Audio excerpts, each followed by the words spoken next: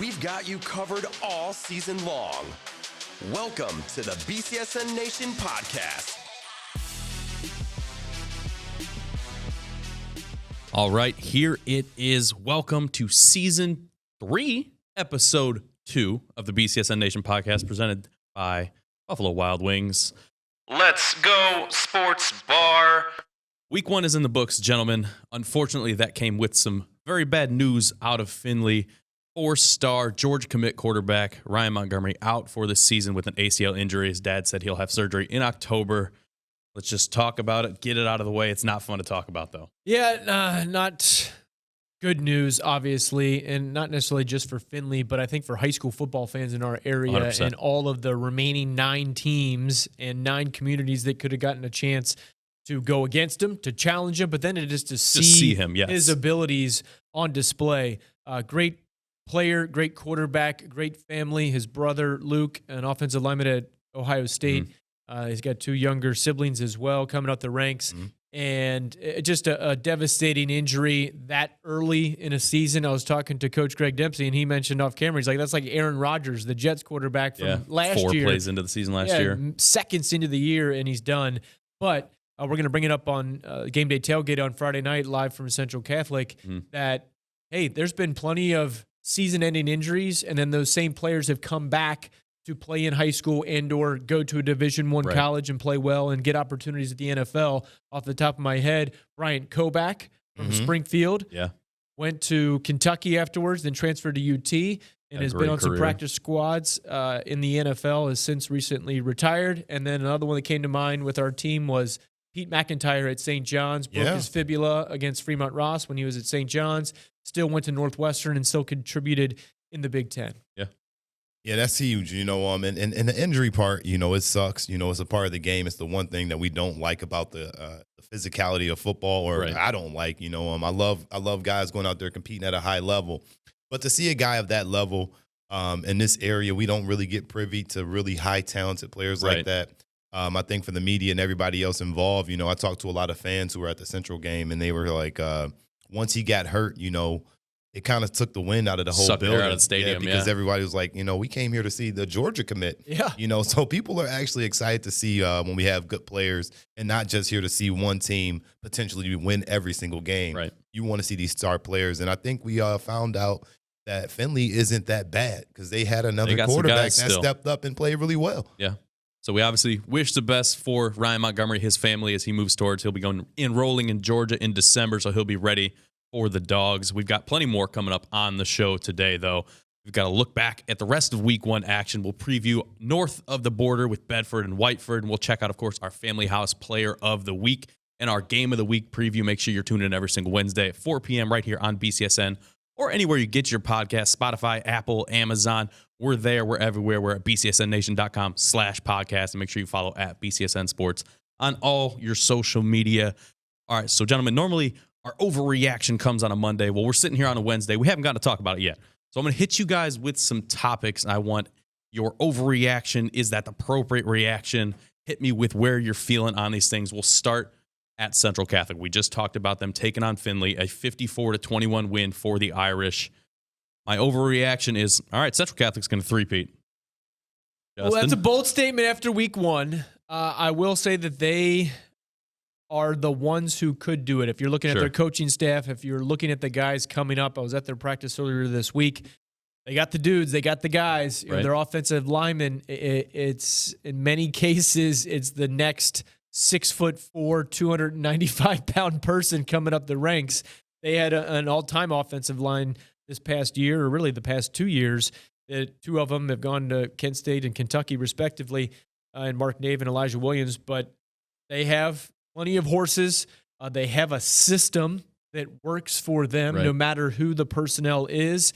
And don't get me wrong, they scheme based on that personnel and the attributes and skill sets of all their different players. But to say that they're going to three-peat after Week 1, I think that would be too bold of a statement. And I'm going to look at Week 3 against Detroit Catholic Central and Week 5 against Warren De La Salle.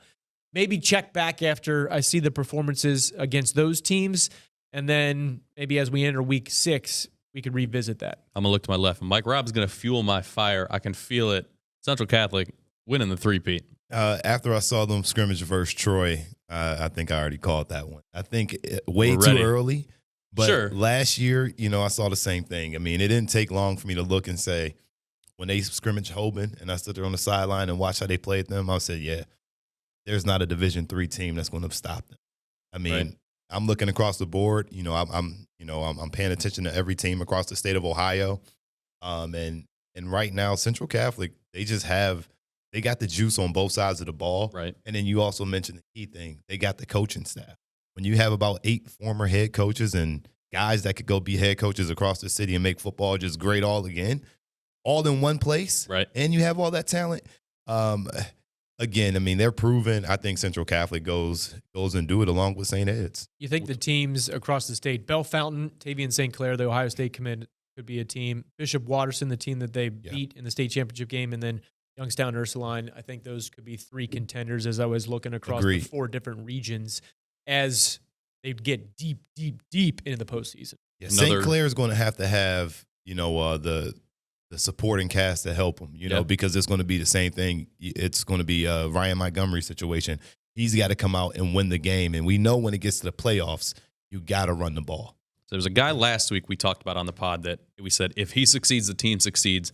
Well, by golly, did he succeed on Friday night? My overreaction, second one to you, is that Mason Heinzel is going to be the D2 player of the year. 22 of 35, 293 through the air with 4 touchdowns. Also 119 yards on the ground. I'm marking it overreaction Wednesday or not. Mason Heinzel, D2 player of the year. Well, I think that he is not going to get worn out because I'm not concerned about that. I think he's a supreme athlete, takes care of his body. So, after 10 or plus into the postseason, he's going to be fine. He does have to stay healthy. And then I think he's going to throw enough to get the stats. Sure. And I looked at one of the co-players of the year in Division II last year. He was a Brody Berg, a running back out of Cincinnati Anderson. He had 1,500 yards, 32 touchdowns, 938 receiving yards, and 10 touchdowns. So 42 total touchdowns. Last year, Mason totaled 33 touchdowns and had roughly 3,000 yards of offense. So he's definitely in the conversation. Sure. Mm-hmm. I think the winning speaks a lot to some of the voters as it pertains to the Associated Press. So they have a challenge ahead with some of the crossover games in the Buckeye, and then within the Cardinal division with Fremont Ross, with starting with Southview and Napoleon. Mm-hmm. So he's going to have opportunities. It's does he lead them to victories and put up the stats? I think he's definitely in the conversation. 100% he's in the conversation. You got to look across the board and you say over at Avon, you got Nolan Good, who had a phenomenal game at Brown Stadium. And out of nowhere, he was a runner, but now he's stepping up. So there's competition across the board, and Justin made a great point about winning. You want your player of the year to not be on a team that's having a losing. The Heisman Trophy does not go to a guy with a 5-6 record, right? Exactly. So I think, does Mason Heinzel have the ability to be that? Absolutely. Do I think that he could? Absolutely. But is it likely? Absolutely. So I'm going to say your overreaction is pretty good. All right. Cool. I got these guys to keep me in check, but we got somebody else who had a great week last week, and that is our Family House Player of the Week. We got a graphic. Cisco, hit me with it. Brady Ford, we talked about him last week. Over at Whitmer, 12 of 16, 230 yards, 2 touchdowns in a drubbing of Dublin, a 42-14 win for the Panthers. First game for Ford, with Coach Guicciardo on the sidelines, and we'll talk plenty else about Brady. But I know you were excited to see how he played into this offense and what his skill set took to Coach Guicciardo's offense, Mike. Yeah, absolutely. 2 people that I absolutely adore. Coach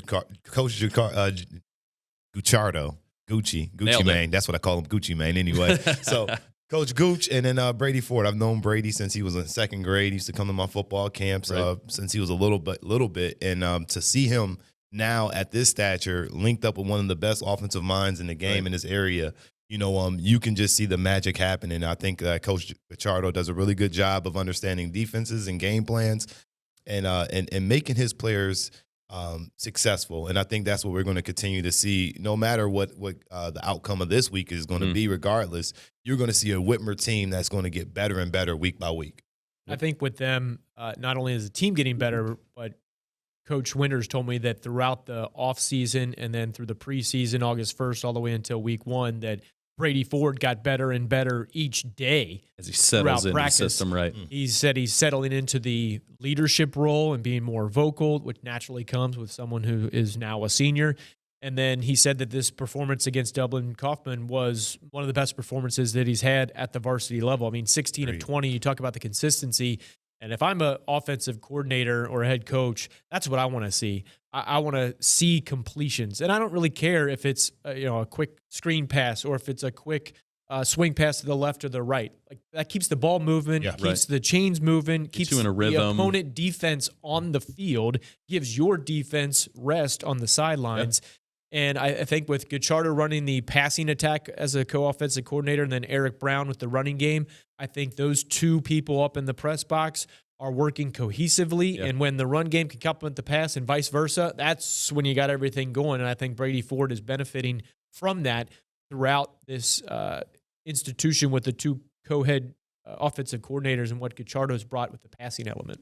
All right, Brady Ford, our Family House Player of the Week. Family House will make it together, and we'll make it together right back to you guys after a 30-second ad from Buffalo Wild Wings. We'll be right back.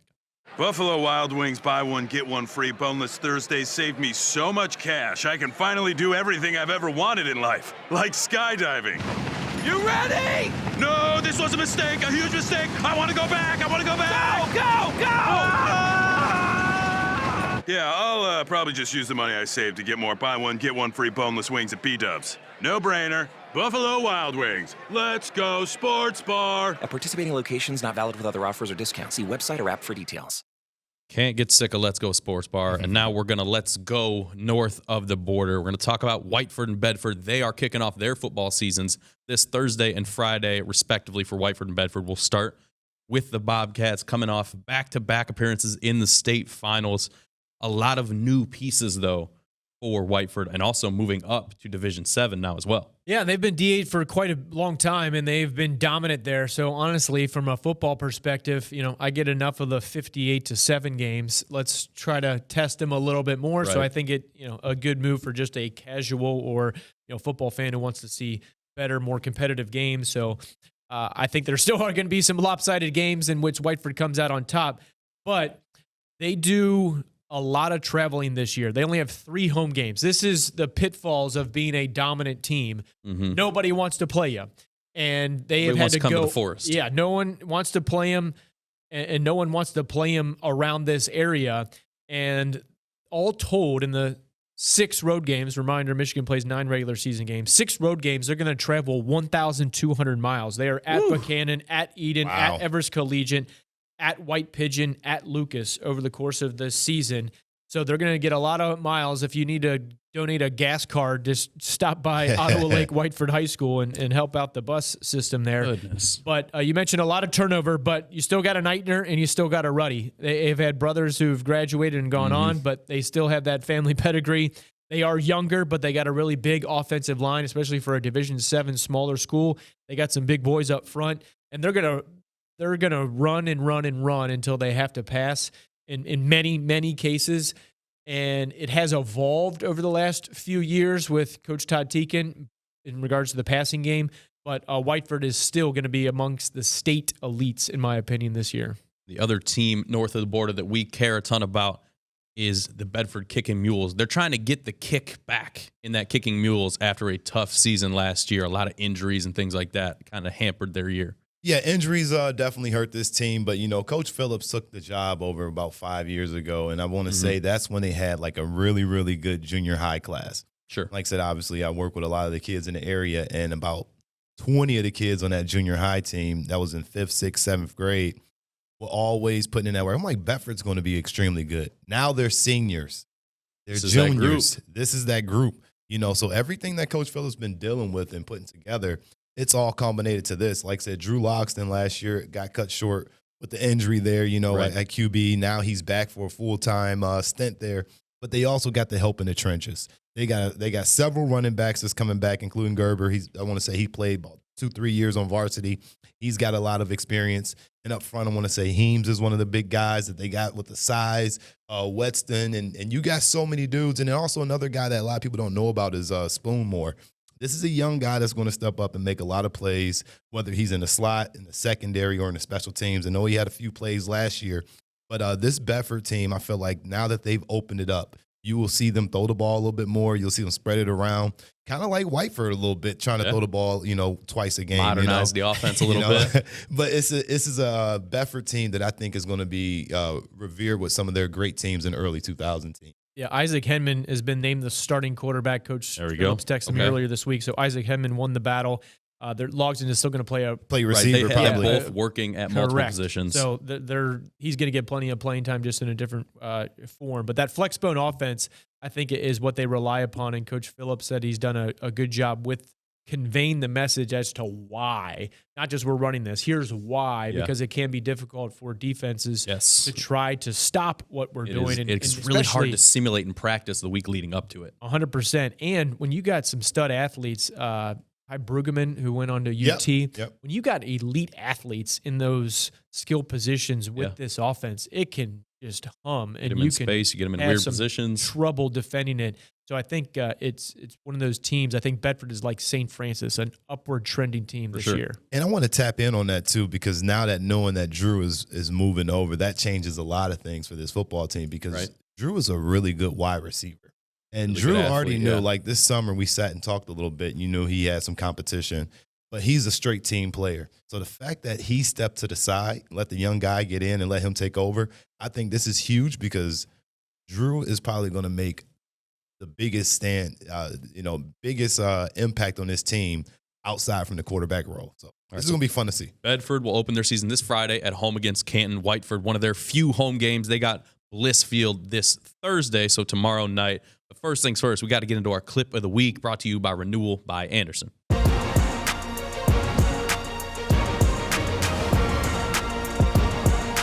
right, our clip of the week coming to you from Napoleon last Friday, taking on Defiance. All of their Eggers in one singular basket. George Eggers, that is. His 5th touchdown of the game comes in OT, ties the game up. They walk it off on a game-winning PAT. George Eggers had himself a night last Friday, and the first time beating Defiance in 3 years, right? Correct. Huge night for the Wildcats. Ends a 3-game losing streak against their River Rock rival. And why give the ball to George Eggers? Because he finds a way. He finds a way to get to where he needs to go. In this case, the end zone 5 times. He's just thick. He's a weight room guy. Just a football player is what I would say. I was at Napoleon's practice earlier this week, getting set for Trey Rubenstein being the top recruit segment this week on Game Day Tailgate. And George Eggers, obviously, there at practice, and you can just tell he means business when it comes to football. And when you can rely upon a guy, that's so important, especially in a game like this. This entire game was nip and tuck the whole way, back and forth. Yeah. And they relied upon him, and he got the job done. Yeah, and giving this kid the ball as much as you did, and you, like you said, everybody wants to know about what happens with Trey. Paying attention to Trey. He's putting himself on the radar now. And you can't forget about Espinoza and that offensive line for doing a heck of a job in this comeback victory. What a game. Excellent game right here. But for Eggers, he deserves to put that high five up in the air. Yeah, Eggers, Napoleon, they will be threats and things to be dealt with when it comes to the Cardinal Division.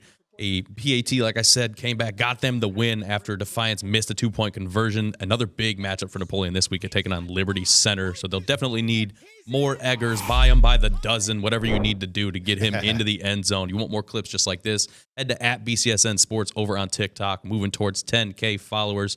And next, we'll move up into our student section of the week, brought to you, of course, by Unison, a proud sponsor of high school athletics here on BCSN. And we're going to Las Vegas. We're going, and they're taking on Port Clinton Friday. Get everybody there. Find out what the heck your topic is going to be, your theme is going to be. We're bringing the belt. Make sure you're ready for it. Rossford, the winners of our Week 1 student section of the week. And now we'll head into what was last week's game of the week. The crosstown clash, the battle for Sylvania, whatever you want to call it, was pretty one-sided. in Southview's favor, 42-0 the win for the Cougars. Not pretty one-sided, just straight up one-sided. 42-zip. I was being nice. Southview was dominant. Will Mazies was great under center through 4 touchdowns, 2 of which to Dalen Selman. And Coach Hardy said before the game to Dalen, like, hey, it's your time to shine. We had a prolific wide receiving core last year, but many of them have graduated and are gone. Now it's your time to get the rock and find your way to the end zone, which he did. And then I've talked about it before about Mo MacArthur. Both a lot of the coaches on the Southview staff have told me that they have no doubt about the talent and the production that Mo MacArthur can deliver for them. And for Northview, they get a crack at Clay this upcoming week, so they're going to try to bounce back. But yeah, Southview showed up and showed out with 4,000-5,000 Sylvanians around to watch that game, and the Cougars came out on top. All right, Mike, he touched on Will Mays having himself a good game. 10 of 19, 207, 4 touchdowns. There's got to be some pressure heading into the home opener when your last name is on the field. If you're Will Mays, Jim Mays Field over there at Mel Nussbaum Stadium. I got a feeling that household has got to be like Friday Night Lights. You sitting at the dinner table, dad slamming the football on the table. Hey, you better not fumble the ball. You taping his hands together, letting him know. But you know what? I think that's a lifetime of building for him. He's got to watch this. He's grown up and knowing nothing but success from Southview, from his dad. And I feel like it's just it's probably not as crazy because living in Southview, you know that if you hear the Mays name, that it carries a lot of weight. So he's probably worked with this and felt this pressure. And his dad was a junior high coach, so he's used to the expectation and what's out there. I think it's more of an honor for him to step out there and be able to play freely, especially now that he's had some time to play on that field. But that new turf, I'm excited to see what it looks like yesterday. On TV. It looks good. The big thing for Northview, I think, is you head to Clay. Obviously, it doesn't get much easier for them, right? Still a powerhouse team. My D2 Player of the Year pick in Mason Heinchel, they were 0 of 10 on third down. You cannot. It's incredibly tough. I'm not gonna say you can't, because you can, but it's incredibly tough to win a game when you're 0 of 10 on third down. You can't keep your offense on the field. You can't keep your defense off the field. And it starts up front. 100%. They're going to have to find a way to create more gaps in the running game. Right now what they're doing is it's somewhat effective, but they got decent running backs in the backfield.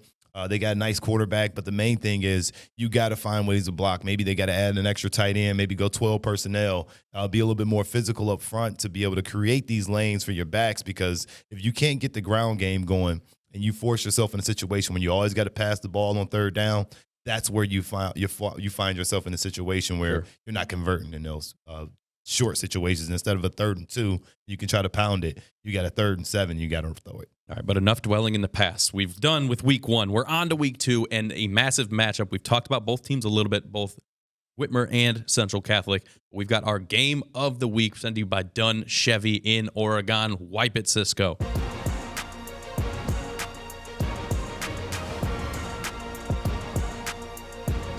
All right, the rivalry, I think among rivalries for top-tier programs here in Northwest Ohio, Whitmer at Central Catholic. Both teams 1-0, not an unfounded thing going into week 2, 2 1-0 teams. But when this matchup carries a lot of weight amongst D1, D3 teams, any team in the state of Ohio, Whitmer taking on Central Catholic. Yeah, not only a big game in Toledo, a big game in the state of Ohio, tons of playoff points. Both coaching staffs know that both teams are going to win a lot of games after this game, so it makes it all the more important for the victor to get those big-time playoff points by coming out on top.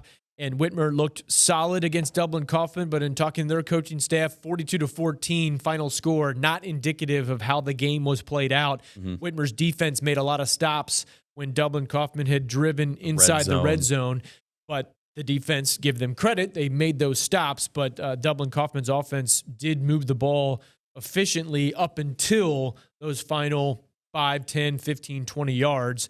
But this one, in many cases, comes down to who's going to be more aggressive and who's going to execute. And then a key little factoid that Coach Ken Winters told me is special teams. In games like this, in rivalry matchups, every little detail matters. And in the last few years, Central Catholic has returned a long kickoff return, returned another one for a touchdown, and then Whitmer had 2 punts blocked by Central Catholic over those past 2 seasons, and those are difference makers in the game, and especially if they happen early in the game. Yeah. a little deflating for the team, and you can't dig out of that hole, especially against a talented Central Catholic team who enters this game riding a 32-game winning streak. Yep. Special teams could be a major factor on both sides, no matter which team you're talking about. 100%. That special teams play last year really flipped that thing into a 28-0 deficit really early, and it's incredibly hard and darn near impossible when a team of Central Catholic's caliber to climb out of a 28-0 hole. But for Central last week, those new players we talked about, Isaiah Fox, the running game with Anthony Sylvester and Tyler Morgan, they stepped in and they performed against what is a good team in Findlay, even without Ryan Montgomery. Yeah, absolutely. Central Catholic is a program, and I think that's the difference between a lot of teams. They don't rebuild, they reload. And that was Whitmer's model, and this year Whitmer has reloaded. Let's just take it to the Whitmer side really quick. We know what Central Catholic is about. Whitmer now with the open enrollment, right? They have essentially entered the world of the transfer portal, and they have some of the best players that's coming out the City League, other school districts, all on this team right here. There is no excuse why the Whitmer Panthers should not make this a competitive game or a one-score game, and it should not ever come to the point where you look at that roster, you look at Danielle Nix on that left tackle, 6'5", 300 pounds dang near. Cooper Bringman, nearly 300 pounds, 6'3". Kyler Koopman, up there, 6'5", almost 300 pounds junior. And then you look at the number one tackle in the country. Carter Lowe. You got one of the biggest offensive lines. You got 3 running backs that can run, and you got a lot of experience, including the quarterback. This is a team that should be very competitive, and if it's not competitive from that standpoint of getting first downs, being able to score against that Central Catholic defense, you got to remember there's one Victor Singleton on that defense. That's a Power 5 number 1 corner in the country. There's not a lot of untested. A lot of guys that still don't have Division I offers who may get them at some point in time. They're really good. Right. But if you're looking at talent, pound for pound, this is the year. This is the year that Whitmer should be able to get this thing done. And we shouldn't see the scores that we've seen over the past years based on talent. And if it doesn't come to that, it's, in my opinion, it's a coaching situation. It's a coaching thing because, you can't let your team with this much talent find a way to not get there unless it's just poor execution. All right, you've heard our points. We want to know who you think is going to win. Head over to our Twitter page for our Game of the Week poll. That closes out Friday at noon. We're going to continue on with what we've done every single week here on the podcast, looking at one of the best athletes of the BCSN era, and that is this week, Brian Roberts, a stud on the basketball court for St. John's, 3-time All-Ohio selection, 2-time City League Player of the Year, 2004's Ohio Co-Player of the Year, led St. John's to the state title game that they fell 51-48 to Hamilton. In 2004, he scored 18 points in that one. And then you see it on the screen, plenty of time spent in the league for Brian Roberts, among other places, playing overseas. 314 career games in the NBA after his career at Dayton, where he averaged 15.7 points, 3 boards, and almost 3 assists per game. One of our top 20 male athletes of the BCSN era. Shout out to Brian Roberts and shout out to St. John's. We'll be right back to you guys after a quick break. We'll see you after 30 seconds from Buffalo Wild Wings. I've saved so much money enjoying Buffalo Wild Wings BOGO half-off traditional wing Tuesdays. I can finally afford everything I've ever wanted in life. Wings. All I ever wanted was more wings. So yeah, buy one, get one half-off traditional wings is the perfect deal for me and my lifetime yearnings. I value it more than literally anything. Buffalo Wild Wings. Let's go sports bar. At participating locations, not valid with other offers or discounts. See website or app for details. All right, football season means we are busy. We've got plenty of games coming up Friday. We'll hit you with it real quick. Upcoming games. Obviously, we've got Whitmer and Central Catholic. Justin and the crew at Game Day Tailgate will be there. And then A-Dub St. John's, another local matchup. Marysville, Harrisburg, the Marys and Perrys, St. Francis and Scott, Northview, Clay, Canton, Bedford. They're kicking off the season north of the border. Fostoria, BG, Springfield and Rogers, Sandusky and Fremont Ross, Edison, Norwalk, St. Paul. One matchup up there, Justin, real quick, that stands out to you outside of Game of the Week. Yeah, Anthony Wayne at St. John's. At St. John's, they're recognizing longtime coach Fred Beyer posthumously, so his family will be in attendance, and we'll have that game covered. It's going to be a great recognition of a great coach and a great family at St. John's, so looking forward to that. All right, I think I'm excited for St. Francis, Scott, 2 of those teams, a lot of new faces in both of those places. See how that plays out. It was a barn burner, a banger of a game last season. We'll see how that shakes out. Catch that on the BCSN Plus app. Also want to give a shout out before we get out of here to 4 local players making NFL rosters yesterday as things got cut down. Tyson Anderson of St. John's, Luke Fortner of Northview, James Hudson, of course, of Central Catholic, Storm Norton of the Whitmer Panthers, all made their rosters on their selective teams. In the NFL, we'll see if some of those other guys make practice squads throughout the area. But that is a wrap on today's episode of the BCSN Nation podcast. Catch us every single week at 4 p.m. anywhere you get your podcast or BCSNNation.com. Follow at Justin Falcap, at Coach_Mike Robb. Follow at BCSN Sports,